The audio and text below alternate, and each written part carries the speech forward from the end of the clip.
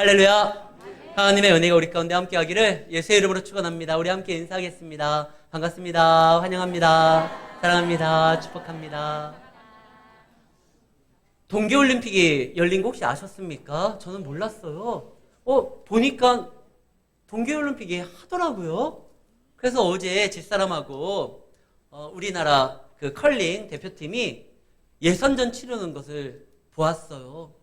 그런데 그 선수들이 반팔을 입고 있더라고요. 그 빙산장에서. 얼마나 춥겠어요. 근데 그들이 집중하기 위해서 나름 노력하고 또 그 경기장에 임하기 전에 몸을 풀었기 때문에 몸을 좀 이렇게 위축되지 아니하도록 풀었기 때문에 그렇게 반팔을 입어도 경기에 임할 수가 있었던 거예요. 아무리 좋은 스포츠라 할지라도 내가 원하는 스포츠라 할지라도 먼저 워밍업이 필요합니다. 몸을 풀어야 되는 거예요. 조기축구 좋아하시는 분들이 있잖아요. 아무리 동네 축구고 내가 너무나 좋아하는 경기라 할지라도 몸을 풀지 않고 가면 제 실력을 발휘하지도 못할 뿐만 아니라 몸이 경직되어서 자칫 부상, 사고의 원인이 될 수도 있습니다. 그래서 아이들에게 체육 시간에 선생님들이 공 하나 던져주고 몇 시까지 놀아라 이러지 아니하고 먼저 준비 운동 시켜요. 그래야지만 그 경기에 임할 때 몸이 좀 이렇게 경직되지 않을 수가 있거든요. 시합도 그런데 우리의 믿음을 송두리째 뺏어갈 수 있는 무서운 시험 앞에서는 먼저 그것을 맞이할 워밍업 준비 작업이 있어야 돼요. 예수님은 근심하여 죽게 되었다라고 말할 정도로 엄청난 시험 앞에 놓여 있습니다. 그때 예수님이 하셨던 건 뭐죠? 몸풀기, 기도하셨어요. 뿐만 아니라 제자들에게도 부탁을 합니다. 너희들이 시험에 들지 아니하도록 기도해라. 예수님은 기도하셨고 제자들은 잤었죠. 그러다 보니까 시험이 임하는 자세가 달라요. 예수님은 그 시험의 때에 담대하게 나아갔었고 제자들은요. 어떻게 할 바를 몰라가지고 허둥지둥대다가 누구는 도망가기도 하고 누구는 예수님을 부인하기도 하고 사명의 자리에서 그나마 있었던 믿음까지도 잃어버리고 헤매기도 합니다. 주님께서는 우리에게 말씀하십니다. 깨어 기도하라. 쉬지 말고 기도하라. 범사에 감사하라. 그리고 항상 기뻐하라. 어떻게 근심 걱정 많은 이 세상에서 기뻐할 수 있고 감사할 수 있고 기도할 수 있습니까? 사람은 할 수 없으되 우리에게 은혜를 주시는 주님으로 인하여 감사할 수 있고 그분이 주시는 평안으로 인하여 기뻐할 수 있고 그분과 교제를 나눔으로 인하여 이 땅에서 기도의 삶을 살아갈 수가 있는 거예요. 예수님이 그러셨어요. 그리고 이것만이 시험을 이길 수 있는 능력이고 믿는 모든 사람들의 지혜입니다. 예수님은 친히 본을 보여주시며 기도하셨어요. 그렇기 때문에 이후에 일어난 모든 일에 예수님이 굉장히 갈등하지 아니하고 거기에서 자신의 사명을 감당할 뿐만 아니라 자기들의 제자들까지도 기회를 주고 심지어 자기를 욕하고 죽이려는 자들을 하나님 안에서 용서함에 간구까지 하셔요. 예수님께서 제자들과 말씀하고 계시는 중에 12 중에 하나였었던 가룟 유다가 군병들과 함께 예수님을 잡으러 옵니다. 그리고 다가가서 입을 맞춰요. 지금처럼 밤에도요, 뭐 가로등이나 이런 게 있는 시절이 아니에요. 어두운 가운데 누가 누군지 분간할 수가 없어요. 그래서 가룟 유다는 습관을 쫓아 기도하시는 예수님의 장소가 어디인지 알고 있었고 아무리 어두컴컴한다 할지라도 달빛으로 사람을 구별할 수 있을 때 군병들은 몰라도 자기는 3년간 예수님과 동고동락했으니까 알아볼 수 있기에 내가 입맞추는 자 그가 바로 예수니 너희는 잡아라. 입맞춤은 친근함의 표시고 존경의 표시고 사랑의 표시예요. 근데 그 입맞춤을 예수님을 죽음으로 몰아가는 표식으로 사용해요. 얼마나 참 가룟 유다가 못됐습니까? 예수님이 그 가룟 유다의 입맞춤을 왜 허용했을까요? 잡혀가셔야 되니까? 그럴 바에 가룟 유다가 다가오기 전에 손 들고 내가 예수니 잡아가라. 얼마나 소름 끼쳐요. 자기를 잡으려고 하는 그 제자의 입맞춤이 예수님 막 소름 돋을 것 같고 너무 싫었을 거예요. 그때 예수님이 입맞춤을 허용하지 않고 다가오지도 않게 야 그냥 내가 예수니까 내가 잡혀갈 것이다 이럴 수 있잖아요. 근데 왜 예수님은 가룟 유다의 입맞춤을 허용했을까요? 그에게 말하고 싶은 거예요. 네가 나를 파느냐? 다시 한번 기회를 주고 싶은 거예요. 하나님께서 우리에게 정말 무서운 심판, 징계를 내리실 때는 제일 먼저 하시는 게 말씀을 걷어가시는 거예요. 그런데 아직까지 말씀이 내 귀에 들린다는 건 아직 하나님이 우리를 버리지 아니하시고 우리에게 기회를 주신다는 겁니다. 참 못된 나라였죠. 아수르. 그 아수르의 수도가 니느웨입니다. 이스라엘을 얼마나 괴롭혔는지 그냥 지나가다가 툭툭 치는 정도가 아니라 잔혹하게 유대인들을 해했던 민족이 아수르예요. 근데 거기에도 하나님은 말씀을 전합니다. 기회를 줘요. 물론 메시지는 심판에 대한 것이지만 진짜 심판을 하려고 하면 소돔과 고모라처럼 그냥 부어버리면 돼요. 유황불을. 근데 말씀을 전하겠다는 건 그 말씀에 반응하라는 거예요. 이스라엘에서 가장 악했던 왕을 한 명 꽂으라고 하면 주저없이 저는 아합 왕이라고 말을 할 겁니다. 가장 악했던 왕이에요. 얼마나 악했느냐? 하나님을 능멸하고 하나님을 조롱하고 오히려 하나님의 자리에 우상을 세워놨던 게 바로 아합 왕이에요. 그러나 신앙적으로는 나쁜 왕이지만 세상적으로 보면 굉장히 매력적이고 인간적인 왕이에요. 아합은 백성들이 원하는 바를 정책으로 실현해 준 거예요. 가려운 부분을 긁어줄 줄 아는 왕이에요. 외교 전략도 뛰어나서 다른 나라와 결혼을 통해 사돈을 맺고 그 다음에 나라가 부강하기 위해서 경제적인 원조도 받아내고 실제로 아합 왕 때 경제 사정이 괜찮았어요. 근데 하나님 보시기에 아무리 그가 매력적인 왕이라 할지라도 백성들을 잘 이끄는 모습을 보인다 할지라도 실제로 그들을 멸망길로 이끄는 거예요. 경제적으로 잘 살았다고 이게 좋은 것이 아니라 심판 자리에서 잘 사는 건 아무 소용이 없거든요. 근데 그 아합이 왜 멸망하게 됩니까? 다른 죄들이 굉장히 많았거든요. 우상을 섬기게 하고 하나님을 믿는 선지자들을 죽이기도 하고. 그런데 아합이 결정적으로 멸망하게 된 건 나봇이라는 사람을 죽인 거예요. 이 나봇이 어떤 사람이냐? 그는 대단한 인물이 아니었습니다. 세상적으로 보면 그냥 포도원 주인이었어요. 근데 그 포도원 주인이지만 그는 바르게 무릎을 꿇지 않았던 그 시대에 7,000명 중에 한 명이었고 하나님의 이름으로 달콤한 제안을 거절할 줄 알았던 사람이었습니다. 아합의 별궁이 그 나봇의 포도원 옆에 있었어요. 아합이 보니까 그 포도원이 너무나 갖고 싶어요. 얼마나 멋있어요. 텃밭을 가꾸는 인간적인 왕. 백성들과 함께 삶을 나누는 매력적인 왕. 이거 괜찮은 것 같아요. 그래서 아합이 나봇에게 제안을 합니다. 나봇아, 내가 왕인데 그거 내놔. 다른 왕이었으면, 이방의 다른 왕들이었으면 그냥 뺏었을 거예요. 왕이 하고자 하는 거. 그 땅이 다 왕 건데. 근데 이스라엘의 땅은 왕의 것이 아닙니다. 하나님이 백성들에게 준 선물이고 그 땅의 주인은 하나님이에요. 그래서 제비를 뽑기 위해서 그 땅은 사고 팔지 못하게 돼 있어요. 경제적인 어려움으로 담보가 잡혀서 어쩔 수 없이 그것을 빼앗긴다 할지라도 시년 50년이 되면 다시 돌려줘야 돼요. 그래서 하나님이 영원한 기업을 그의 자손들에게 준 것을 기억하도록 땅을 함부로 사고 팔지 못하게 했습니다. 왕이 제안합니다. 나보사, 그 땅이 좋으니까 나에게 줘라. 거저주는 것이 아니라 내가 시세보다 훨씬 좋은 값으로 쳐주겠다. 아니 네가 원한다고 하면 더 좋은 땅을 내가 허락하겠다. 그때 나봇이라고 왜 좋은 차 타고 싶지 않겠어요? 좋은 집에서 살고 싶지 않겠어요?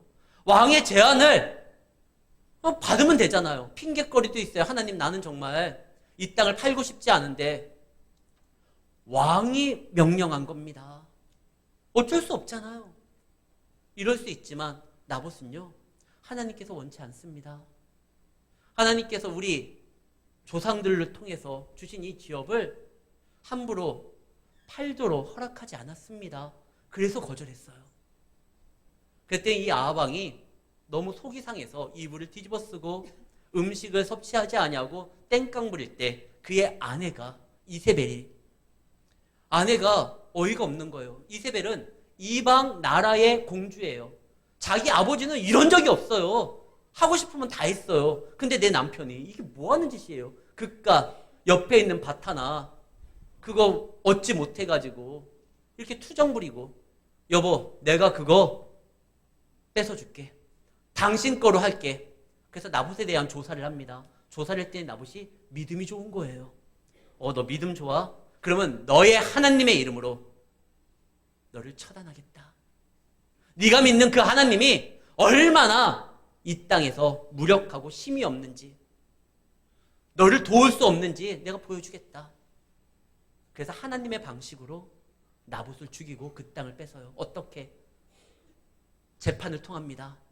성경 모세의 율법에 보면 어떠한 일에 있었을 때 그 재판을 진행하게 되고 두 증인을 세웁니다. 두세 사람의 증인이 필요한데 최소 단위가 2명이에요.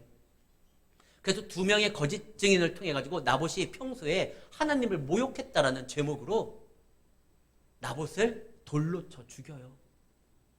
아니 그 땅에서 하나님을 진짜 잘 섬기고 하나님 때문에 자신의 유익도 포기하고 하나님의 말씀을 지키려고 했던 건 나봇인데 오히려 하나님을 모욕하고 조롱한 아합과 이세벨이 재판을 여는데 나봇을 하나님을 모욕했다라는 제목으로 돌로 쳐 죽여요. 이거 어디랑 비슷한 내용 아니에요? 예수님과 비슷해요. 예수님도 제목이 뭡니까? 참남죄예요. 하나님을 모독하고 모욕했다는 거예요. 예수님 당시에 온전히 하나님만을 섬기고 하나님의 뜻을 이루려고 했던 분은 예수님이었어요. 오히려 대제사장들과 서기관들은 하나님의 말씀을 이용해서 자기의 어떠한 만족을 채우려고 했던 못된 사람들이었어요. 근데 그들이 모세의 율법에 따라 하나님의 방식으로 2명의 거짓 증인을 세우고 예수님이 하나님을 모욕했다는 제목으로 판결을 내립니다. 나봇이 똑같아요. 근데 이것은 오늘날 우리도 마찬가지예요. 우리가 잘 믿는 하나님, 근데 세상 사람들은 그럽니다. 교회가 왜 그래? 성도가 왜 그래? 목사가 왜 그래? 자기들은 하나님의 말씀을 읽어본 적도 없고 하나님의 뜻대로 고민해 본 적도 없고 기도해 본 적도 없는데 믿는 사람들에게 집사가 왜 그래? 믿는 자들이 왜 그래? 그러면서 하나님을 위해서 한 번의 시간도 내어보지 않은 사람들이 오히려 교회를 공격을 합니다. 그때요, 우리가 발끈할 것이 아니라 그 자리에서 우리는 주의 뜻을 이루기 위해서 기도함으로 준비하고 내 믿음 지키며 사명 감당하는 거예요. 예수님도 나봇도 그때 어떻게 합니까? 야, 제대로 한번 따져보자. 내가 하나님을 모욕했어? 너희들이 한 거 아니야. 지금 그러지 않아요. 나봇도 날라오는 돌에 맞아 죽어요. 참 마음이 아프죠. 그런데 한 가문을 일으키기 위해서, 한 나라를 일으키기 위해서 누군가의 희생이 사실 필요해요. 나봇의 그 피 흘림이 이스라엘의 가장 악했던 아합의 왕조를 무너뜨립니다. 하나님이 그것 때문에, 내가 나봇의 피를 받기 때문에 아합의 가문을 무너뜨린다고 해요. 아합의 가문이 사라지고 새로운 세상이 열리기 위해서는 이 나봇의 희생이 필요해요. 엘리야가 이때 활동합니다. 그 유명한 선지자 엘리야. 엘리야가 말씀으로 하늘에서 막 불을 내리고 비도 내리지 않게 하고 또 3년 반 동안 내리지 않았던 비가 기도하니까 또 내리고 말씀을 전하고, 그런데도 아합의 왕국은 무너지지 않았는데 이 나봇의 희생이 오히려 아합의 가문을 무너뜨립니다. 그런데요, 이 모든 내용이 열왕기 21장에 기록되어 있어요. 그때 이 나봇을 죽인 아합, 굉장히 나쁜 왕이잖아요. 죽었다는 이야기를 듣고 좋다고 그 나봇의 밭에 아합이 취하러 갑니다. 그때 하나님이 엘리야에게 말을 해요. 엘리야야, 내가 나봇의 피를 봤다. 내가 아합의 가문을 끝장낼 것이다. 너는 가서 아합에게 전해라. 그래서 심판 메시지를 들고 엘리야가 가요. 아합에게 전해요. 근데 아합이 그 얘기를 듣는 순간 갑자기 이상한 일이 벌어집니다. 그동안 그렇게 악했던 왕이 하나님의 말씀이 들려졌을 때 갑자기 옷을 찢고 마음을 찢고 거기에서 막 눈물을 쏟고 통곡을 합니다. 그런 악한 왕도 하나님의 말씀에 반응하여 눈물을 쏟을 때 하나님이 기회를 한 번 더 줘요. 너희 때 말고 네 아들 때에 멸망시킬 것이다. 기회를 얻어요. 이 지금 가룟 유다가 예수님을 팔아버립니다. 근데 예수님이 자기에게 다가오고 입맞춤까지 허용을 해요. 가장 가까이 올 때 그에게 얘기하고 싶은 거예요. 네가 나를 파느냐? 유다에게 다시 한번 기회를 주는 거예요. 그때 유다가 회개하고 내가 무슨 짓을 했는지 나의 연약함을, 나의 못남을 용서하여 주시옵소서. 그래, 나는 원래 하나님의 뜻대로 이제 죽으러 가지만 마지막의 순간에 돌이킨 너에게 다시 기회를 준다. 예수님 옆에 달렸던 강도도 얼마나 못된 짓 했으면 거기 있었겠어요. 근데 그가 하나님을 찾고 주님을 바라봤을 때 그때 주님이 그를 또 용서해 주잖아요. 말씀이 들릴 때 회개하고 돌이키면 누구든지 용서함을 받습니다. 유다도 하나님은 예수님은 아직까지 유다 포기한 게 아니에요. 그가 다가오고 입맞출 때까지 그 공간을 허용합니다. 그러면서 그에게 말을 하죠. 아직 대화가 통하는 사람으로 보는 거예요. 아직 내 말이 전하면 들을 수 있는 사람으로 본 거예요. 근데 유다는 끝까지 그것을 고집합니다. 돌이키지를 않아요. 그때 예수님의 제자들 중에 하나가 일어나서 칼을 뽑아 귀를 칩니다. 예수님이 뭐라고 했죠? 예수께서 입맞춤을 허용하고 인자를 파느냐라고 말 때 49절 그의 주위 사람이 이 된 일을 보고 여짜오되 주여 우리가 칼 있는데 이거 칠까요? 그때 예수님이 이것까지 참으라라고 말씀을 하잖아요. 근데도 행동으로 옮긴 이가 있었어요. 오늘 본문에는 그 이름이 기록되어 있지 않지만 누굽니까? 베드로예요. 여러분들 최후의 만찬이라는 레오나르도 다빈치가 그린 그 그림 있잖아요. 예수님과 12명의 제자들이 있을 때 보면 베드로가 이렇게 칼 쥐고 있는 게 보여요. 그 그림에 보면. 베드로가 그냥 자른 거예요. 예수님께서 그 칼 집어넣어라. 이것까지 참으라. 예수님이 지금 원하시는 건 자기를 위하여 칼을 들고 그들과 싸우는 걸 원하는 게 아닙니다. 예수님이 원하시는 건 지금 하나님의 뜻을 이룰 수 있도록 너희가 이 모든 광경을 대신 십자가를 질 수는 없지만 모든 광경을 보고 증인이 되어 모든 사람의 죄를 감당하기 위하여 십자가로 향하는 그 예수님을 바라보고 너희들 믿음을 지키고 이거에 대해서 내 증인이 되리라. 이게 원하시는 바예요. 어제 제가 12시 반까지 잠을 못 잤어요. 이제 전화가 왔거든요. 청년부 수련회 갔잖아요. 그 눈이 많이 와가지고 지금 이제 오겠다는 거예요. 근데 저는 눈길에서는 운전을 잘 안 해요. 2번 돌아본 적이 있어요. 차를 타고. 그래서 난 진짜 눈이 오는 거 굉장히 무서워해요. 더군다나 봉고차는요. 봉고차는 후륜구동이기 때문에 눈에 굉장히 취약합니다. 근데 출발한다는 거예요. 그래서 제가 다시 한번 생각해보고 도로사정, 내가 현장에 있질 않으니까 도로사정을 보고 잘 판단하시고 운전을 해라. 근데 눈이 쌓여서 얼기 전에 출발하겠다고. 그래서 도착할 때까지 버틴다고. 그래서 집사람하고 계속 버텼어요. 그 우리나라가 지고 있는 그 컬링 계속 응원하면서 그래가지고 그거 보고 있었던 거예요. 불안한 거예요. 12시가 됐는데도 안 와요. 이 내비로 쳐보니까 한 33분인가 걸리더군 중은 골드스파가. 근데 안 와요. 출발한다고 했던 거는 한 10시 반쯤이었는데 처음 전화 받았을 때 왜 안 오나? 왜 안 오나? 전화를 걸자니 운전하는데 방해될 것 같고. 그러다가 우리 딸한테 전화를 해봤어요. 그래서 딸아이가 아직 출발 안 했대요. 12시 반인데. 그래가지고 제가 장로님한테도 전화하고 우리 집사님한테도 이야기하면서 아직 출발 안 했으면 굳이 지금 눈 오는데 목숨 걸고 그분들이 밤에 운전해가지고 오는 게 제가 원하는 바가 아니에요. 안전하게 수련회 다 끝난 다음에 그런 다음에 건강한 모습으로 이 자리에 나와 함께 예배드리는 게 좋아요. 좀 늦으면 어때요? 막히면 또 어때요? 거기 전도사님도 계시고 장로님도 계시고 부장님도 계시고 청년들 임원들도 다 있고 거기에서 청년들 예배드리면 되잖아요. 뭐 굳이 뭐 오려고 그러나. 그래서 오늘 보니까 오셨더라고요. 어떻게 오셨어요? 아니, 교회 차는 버리고 왔습니다. 그럼 봉고차는 버리고 나머지 뭐 차 7대가 갔었다면서요. 청년들 차. 그걸로 이제 들어왔나 봐요. 교회 차는 아직 거기 있대요. 그래요. 그때는요. 안전한 게 중요한 거예요. 지금 예수님이 바라시는 바는 지금 이 순간에 하나님의 뜻이 이루어지는 게 중요한 거지, 칼 들고 예수님 위한답시고 지금 그 군병들과 싸워가지고 귀 자르는 게 중요한 게 아니에요. 예수님이 바랐던 건 뭐예요? 제자들에게 이 믿음의 공동체를 지키기 위해서 기도하라는 거였어요. 제자들에게 부탁했던 거, 이제 곧 나를 잡으러 올 텐데 너희들이 그러면 우리가 조를 짜서 1조가 먼저 맞고 2조가 유인하고 그 다음에 3조인 내가 빠져나가겠다. 이게 아니에요. 기도해라.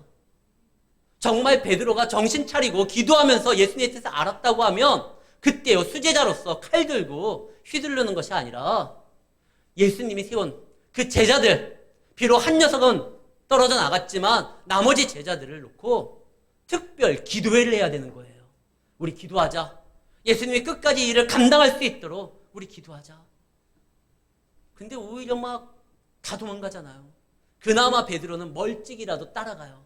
야, 그래도 베드로가 그나마 따라가는구나. 예전에 베드로가 뱉은 말이 있거든요. 이 사람들이 다 예수님 버릴지라도 저는 주님을 끝까지 따라갈 겁니다. 그 말이 생각났는지 베드로가 그냥 멀찍이 따라가요. 근데 이 멀찍이 따라온 건 예수님에 대한 믿음 때문에 그러지 않아요. 호기심과 어떻게 결과가 나는지에 대한 궁금증 때문에 따라간 거예요.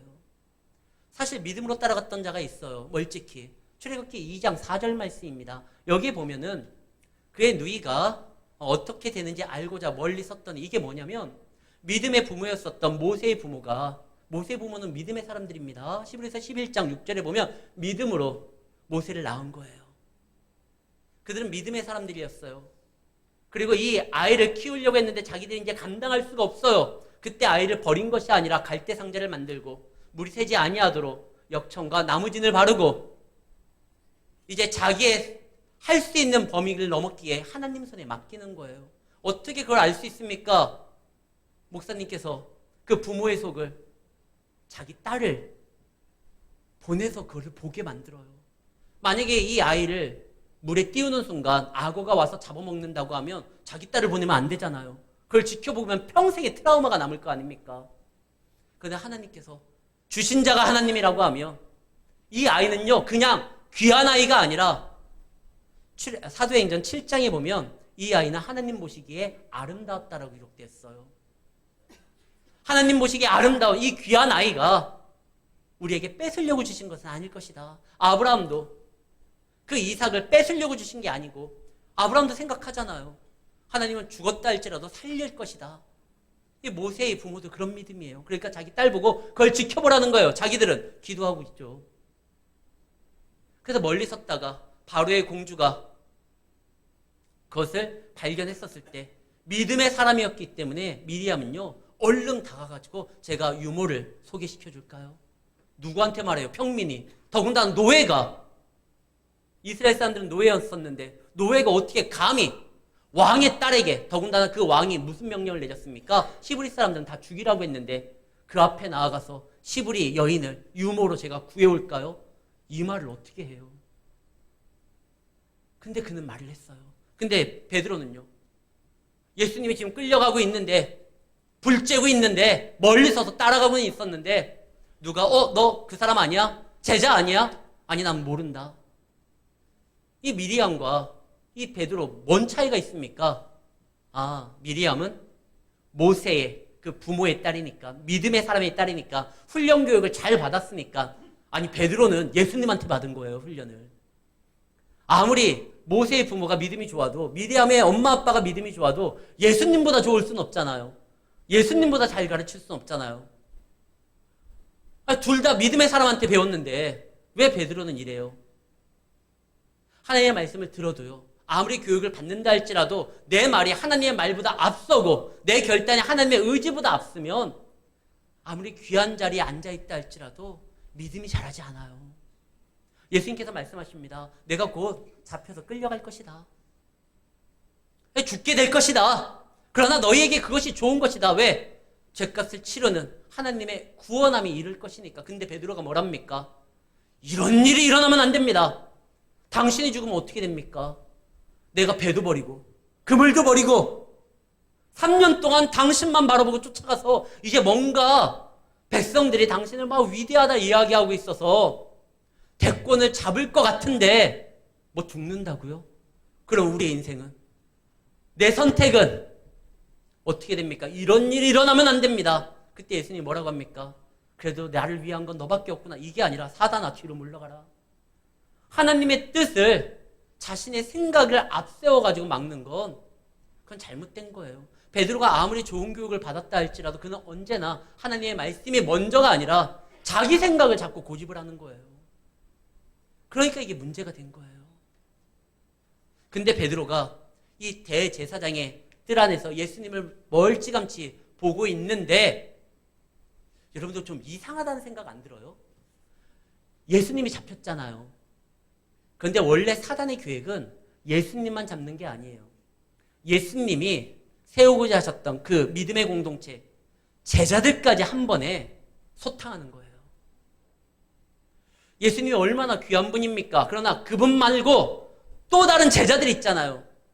그들까지 없애야지. 씨를 말려버려야지. 사단은 예수님의 제자들까지도 다 잡으려고 했어요. 그때 불쬐고 있는데 한 여인이 말을 합니다. 다른 성경 본문에 보면 계집종이라고 하죠. 너 그 사람 같은 패다. 그때 베드로가 나는 아니다라고 그래요. 보통 지금 어떤 광경이냐면 대제사장에서 예수님이 잡혀서 어떤 제목으로 민중을 현혹하고 하나님을 모욕했다는 제목으로 잡혀요. 그와 함께 했던 사람들도 사실 잡혀야 돼요. 근데 어떤 사람이 어떤 사람인지 모르는데 한 아이가 말을 합니다. 얘가 그 사람 편이다. 그러면 주변에 있는 사람들이 그 얘기를 듣자마자 뭐야? 잡아야죠. 예수님 옆에 결박시켜서 꿀켜놔야죠. 근데 여기 보면 세면이나 그 얘기를 합니다. 아까도 이야기했지만 재판을 할 때요. 그가 정말 거짓 증인인지 아닌지를 확인하기 위해서 최소 성경에서 기록한 증인의 수는 2-3사람이에요. 또 다른 사람이 말합니다. 아니! 진짜다 이 사람. 아니다 나는. 또 다른 사람이 말해요. 3명의 다른 증인들이 이야기하고 있어요. 그럼 이거는 진짜라는 거예요. 그럼 어떻게 됩니까? 잡혀야 되는 거예요. 근데 베드로가 안 잡혀요. 안 잡히는 이유가 뭡니까? 다른 걸로 상상하고 생각할 수가 없어요. 그들이 안 잡혔던 이유는 예수님의 기도 때문이에요. 제자들은 예수님을 위하여 기도하지 않았지만 예수님은 제자들을 위하여 기도했어요. 그 기도가 살려요. 사람들이 당연히 잡아야 되는데 사단은 지금 예수님의 제자들까지 같이 정리하고 싶었어요. 그러나 예수님의 기도가 사단으로 하여금 그의 제자들을 손대지 못하게 만듭니다. 성경에 보면 그런 내용이 나와요. 다윗이 하나님 안에서 잘못함으로 인하여 그가 한 번 징계를 받는다라고. 근데 그가 자기가 가장 사랑하는 그 압살롬, 그 셋째 아들의 반역으로 인하여 도망가게 됩니다. 도망갈 때 그때 압살롬에게 붙었던 지략가가 있어요. 그의 이름이 아히도벨이에요. 이 사람이 얼마나 머리가 뛰어난지 그 사람은 척하면 착이에요. 하나를 가리키면 열이 아니라 백을 아는 사람이에요. 성경에 뭐라고 기록되어 있느냐? 아히도벨에게 물어봐서 듣는 답은 하나님께 물어본 답과 같다. 그만큼 이 아히도벨은 시대를 읽을 줄 알고 뛰어난 전략가예요. 딱 보니까 백성들이 다윗보다 압살롬에게 붙는 것 같아요. 압살롬이 치밀한 계획 가운데 백성들의 마음을 훔치고 있었거든요. 그래서 아히도벨이 압살롬에게 붙어요. 다윗이 언제 실망하느냐? 도망가려고 했는데 보니까 이 아히도벨이 자기의 참모가 이 똑똑한 군사가 압살롬에게 붙었다는 이야기를 듣고 다윗이 이제 내 시대는 끝났다 생각했어요. 그 정도로 아히도벨이 똑똑해요. 근데 그 아히도벨이 뭐라고 하냐면 압살롬에게 왕이요. 다윗 왕을 지금 쫓아가세요. 지금 도망가느라고 정신없는 다윗을 쫓아가면 추적조를 보내면 다윗은 죽게 되고 압살롬 당신은 왕으로서 견고하게 세워질 겁니다. 이게 맞아요. 근데 하나님이 다윗을 살리고자 후세라는 다윗이 심어놓은 사람이 있어요. 그 사람이 아니요 왕이요 다윗이 누굽니까? 백전노장 아닙니까? 싸움에 있어서 우리가 치려고 하면 이미 함정을 준비했다가 우리를 되치게 할 겁니다. 근데 성경에서 이렇게 기록되어 있습니다. 그날에 하나님이 다윗을 살리기 위해서 아이도벨의 좋은 책략보다 그 후세의 그 말을 압살롬이 따르게 했다. 하나님이 지키기로 작정해가지고 좋은 어떤 증언보다 다른 걸 따르도록 만들어요. 지금 3명의 증인이 나왔어. 이 베드로 맞다. 그의 편이다. 근데 주변에 있는 사람들이 그 얘기를 들어도 아무도 반응을 안 해요. 잡힐 위기가 있었는데 예수님의 기도가 그 제자들을 살렸습니다. 우리의 기도가 믿음이 없고 연약한, 하나님을 알지 못하고 때로는 하나님의 말씀을 한 귀로 듣고 한 귀로 흘리는, 예배 자리에 나오지 않고 지금도 자고 있는 우리의 기도가 그들을 지킬 수 있고 살릴 수가 있는 거예요. 제자들은 잤지만 예수님은 기도함으로 그 기도 까닭에 제자들이 살 수 있습니다. 우리가 기도해야 되는 이유가 그거예요. 우리의 기도를 들으시는 하나님이 우리의 기도 까닭에 우리가 누군가의 이름을 부르고 기도할 때 그들을 기억하시고 그들을 지켜준다는 거예요. 그때 이 베드로가 부인을 했는데 닭이 울어요. 베드로가 언제 통곡합니까? 닭이 울 때가 아니에요. 60절 베드로가 이르되 이 사람아 나는 네가 하는 말을 알지 못하노라. 아직 말하고 있을 때에 닭이 울더라. 주께서 돌이켜 베드로를 보시니 베드로가 주의 말씀 곧 오늘 닭 울기 전에 네가 3번 나를 부인하리라 하심이 생각나서. 언제 그 말이 기억납니까? 예수님이요 돌이켜서 베드로를 볼 때예요. 그때 자기에게 해주셨던 닭 울기 전에 3번 나를 부인하리라 그 말이 생각난 거예요. 지금 예수님은 누군가를 돌이켜서 눈 맞힐 여유가 없어요. 하나님이신 그가 피조물들에게 잡혀가지고 온갖 모욕을 당하는 순간이에요. 사단이 전략을 바꿉니다. 예수님의 제자들 같이 죽이고 싶은데 그게 안 돼요. 예수님의 기도 까닭에. 그래서 그가 선택한 거는 제자들이 영적으로 침체되도록 무너지도록 만들기를 원했어요. 그래서 그가 자기의 입으로 3번이나 부인하게 만들고 양심의 가책 때문에 그가 예수님을 떠나도록 만들고 싶었던 거예요. 이 사단은 굉장히 집요해요. 우리를 어떻게 해서든지 무너뜨리려고. 근데 그 사단의 집요함보다 우리를 향한 하나님의 뜻과 사랑과 관심과 능력이 더 대단하기 때문에 우리가 살아갈 수 있는 겁니다. 지금 시험이 들고 침체해야 되는 그런 상황 가운데 예수님이 돌이켜가지고 베드로를 쳐다봅니다. 그 쳐다보면 봐라 너 그럴 줄 알았다 이게 아니에요. 내가 너에게 한 말을 기억하라는 거예요. 예수님은 알고 있었어요. 베드로가 자기를 부인하고 배신할 거 알았어요. 알면서도 죽기까지 끝까지 사랑하셨어요. 제자들의 말을 시켰어요. 그들과 함께 했어요. 그 잡히는 그 현장의 순간에서도 그들이 시험에 들지 아니하도록 나와 함께 기도하자고 그들을 데려가셨어요. 예수님은 배신할 걸 알면서도 그 베드로를 살리기 위해서 지금까지 노력하셨어요. 베드로가 자기가 뱉은 말 때문에 지금 침체될 거예요. 예수님을 내가 어떻게 배신해, 부인해. 근데 자기가 지금 얼마나 무너지고 있는지도 몰라요. 그때 닭이 울고 예수님이 돌이켜서 베드로를 쳐다봅니다. 그 쳐다본 때문에 자기에게 했던 말이 기억난 거예요.